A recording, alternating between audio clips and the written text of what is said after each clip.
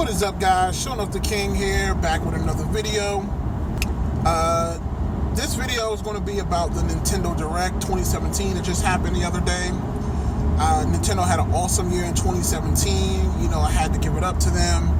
I was probably one of their biggest naysayers, and from a consumer perspective, well, from a business perspective, they had an amazing 2017, and I'll get into that. Because I have to eat a little bit of crow. And I'm fine with that. I'm absolutely fine with that. From as a long-standing fan of Nintendo, I still was disappointed in 2017. I didn't buy a Switch. I still won't be buying a Switch. I don't think it's worth the cost that it's running at right now. Maybe $50 to $100 cheaper, and I might pick it up. Or if they have a massive IP that's actually new, maybe I'll pick it up. But we'll see. But I'm going to call this segment The Good, the Bad, and the Ugly. I'm going to talk about the Nintendo in 2017. I want to talk about the Nintendo Mini Direct that happened, I believe it was yesterday. Yeah, yesterday. And I just want to talk about where I see Nintendo going in 2018. Don't forget to subscribe to the channel. I have a lot of great content coming out in 2018. I'm trying to do it big,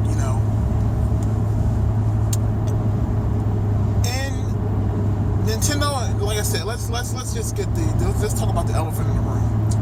Nintendo had an amazing 2017. They did. And when I say from a business standpoint, I mean it's simply just that. They had the fastest selling console of all time. I believe Nintendo sold 4.8 million Switches in 2017. They had basically a major title release every 3 months at the system's first year, which is unheard of for Nintendo. They had Legend of Zelda, Breath of the Wild, which was a 5 out of 5. Everybody loved that game, even though I didn't. They had Mario Odyssey, a game that I thought for sure would have been delayed. It came out, rave reviews, 5 out of 5.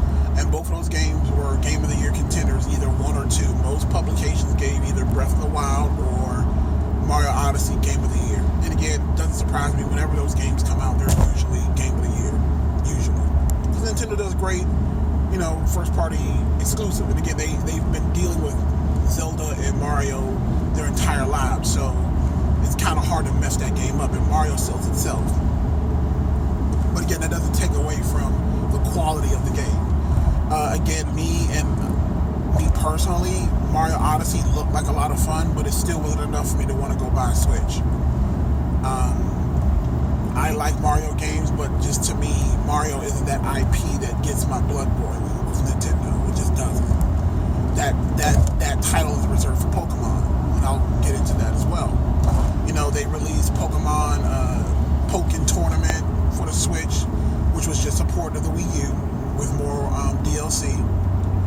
They released Mario Kart 8 Deluxe, another IP that gets me that's a system seller for me. Mario Kart 8, Mario Kart in general is a system seller. That's what actually got me to buy Wii U. I was not going to buy Wii U. If Nintendo hadn't made Mario Kart 8 for the Wii U, I would not have owned the Wii U. Smash Brothers wouldn't even have done it. Again, Smash Brothers was partially a reason why I got a Wii U, but again, if I had to choose between Mario Kart 8 and Smash Brothers, Mario Kart 8 would have done it easily. And that's what I mean when I say, Nintendo did the smart thing. If I'm talking from a business perspective, if I'm talking from a perspective of you want to get your biggest install base, you will port your old games that no one played. Because again, this information just came out. In the first year of the Switch's release, which hasn't even been a year yet, I think we're up to 10 months. In its first 10 months, it's outsold the entire life cycle of the Wii U in its first 10 months. It's unbelievable. So, from a business perspective, it makes sense to port all the games that were on Wii U onto the Switch. You have a bigger install base of people who didn't own a Wii U who now have an opportunity to play those games that they never got. But what that does is it leaves educated fans like myself out in the dust. Because what did I just say? I buy Nintendo products for Mario Kart and for Pokemon. I already own the latest Mario Kart and Pokemon games. So why do I need a Switch? You know, I was one of the few who went in and bought a Wii U.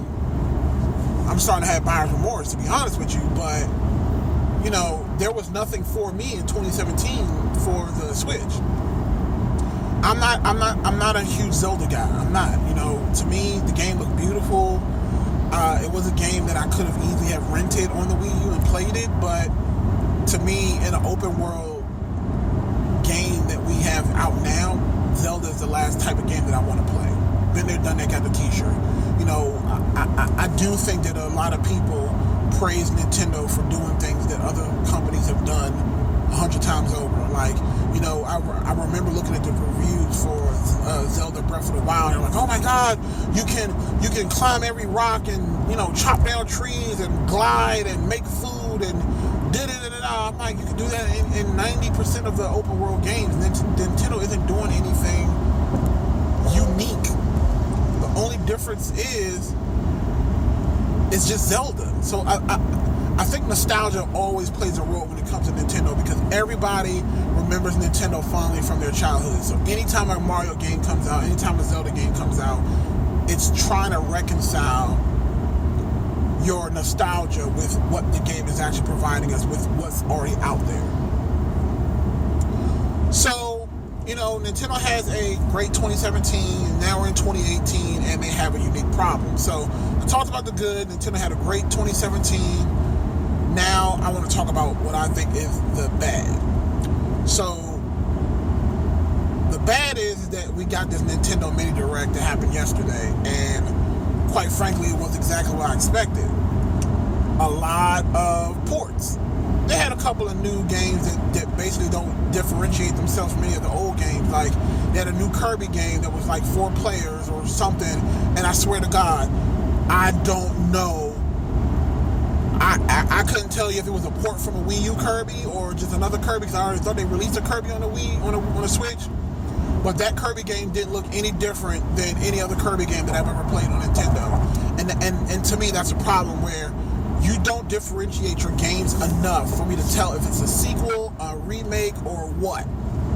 It's like, hey, let's make it 4-player, add a lot of wacky characters, and toss it out there to the masses. They'll buy it. You know, Donkey Kong Deep Freeze, a game that was well received in the Wii U, but again, most first-party titles from Nintendo are always well received. But Donkey Kong has never been a huge system seller, so I wouldn't put that in a AAA title. I'd probably put it at a 2, you know, a AA title, if that such a thing exists. So that's also getting ported over to the Switch, and again, it makes sense. Their biggest gimmick is, you know, take it on the go. I get it, and I'll mention that, and I have a little bit of a perspective on that as well, but we'll get to that. So Donkey Kong Deep Freeze, I think they had another couple of other announcements that doesn't really concern people. There was one game in particular that was a big announcement, the last announcement they made, and that was Dark Souls Remastered will be coming out for the Nintendo Switch, which was originally a game that was exclusive to Sony and the PlayStation. So that's cool, you know, it's good to see. And they got Payday 2, but again, Payday 2 is like a 6-year-old game. No one cares. And putting it on the Switch, no one's going to buy that game. If I had to put that there, no one's going to buy that game. So those were the major announcements. Dark Souls Remastered. If you've never played Dark Souls before, you know, you own a Nintendo product, you're going to buy it, you're going to be able to play it on the go, it's going to be great, go for it. I don't really have an opinion on Dark Souls because, again, I haven't gotten a chance to play it. You know, I wanted to get Dark Souls 2, but there were so many games that I had to play around that time when it came out. I never got around to actually playing it, so I don't have an opinion on Dark Souls either way.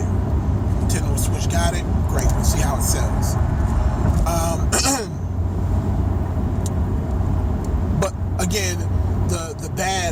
the direct was there were no exclusive releases. There was nothing that made you jump out of your chair and be like, yeah, Nintendo's going to do the same thing they did in 2017. Nothing.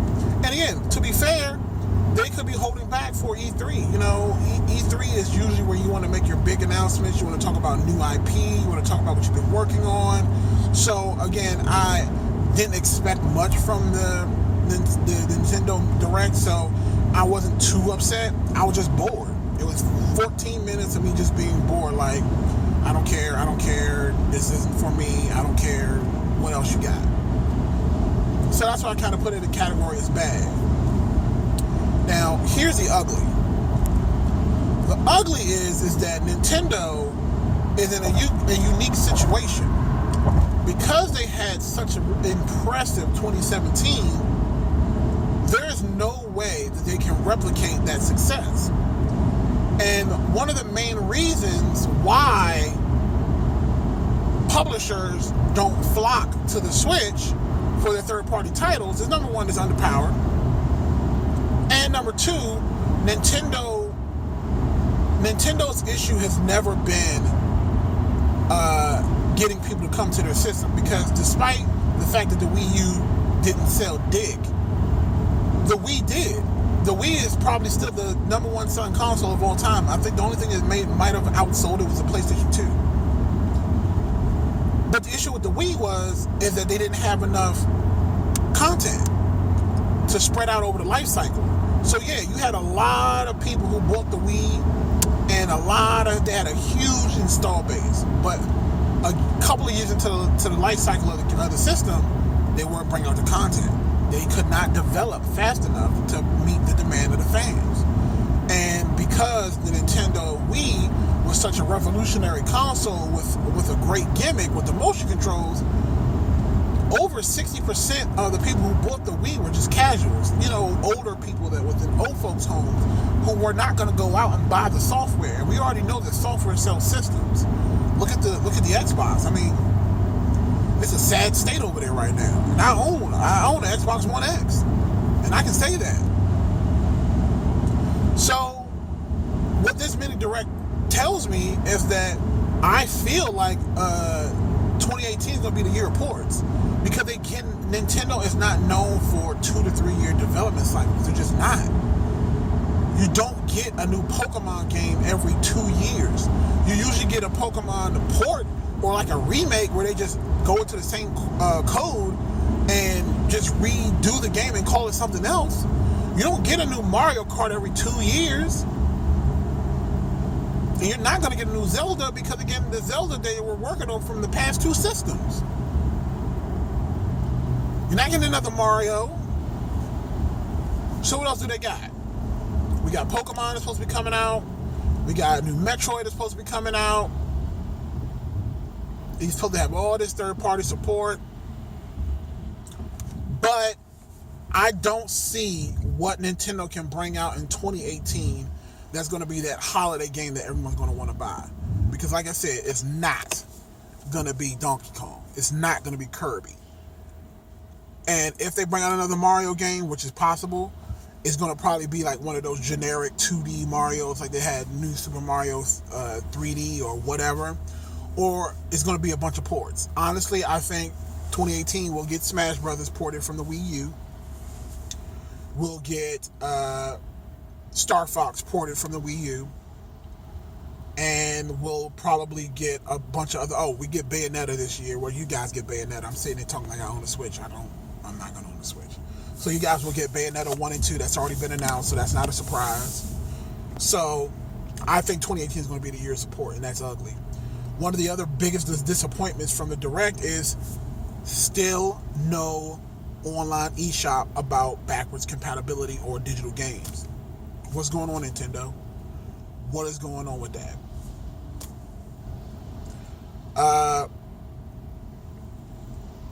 Again, I think there's hope for Nintendo if they get their act together and they continue to bring out new content. I just don't see how they're going to be able to repeat what they did in 2017.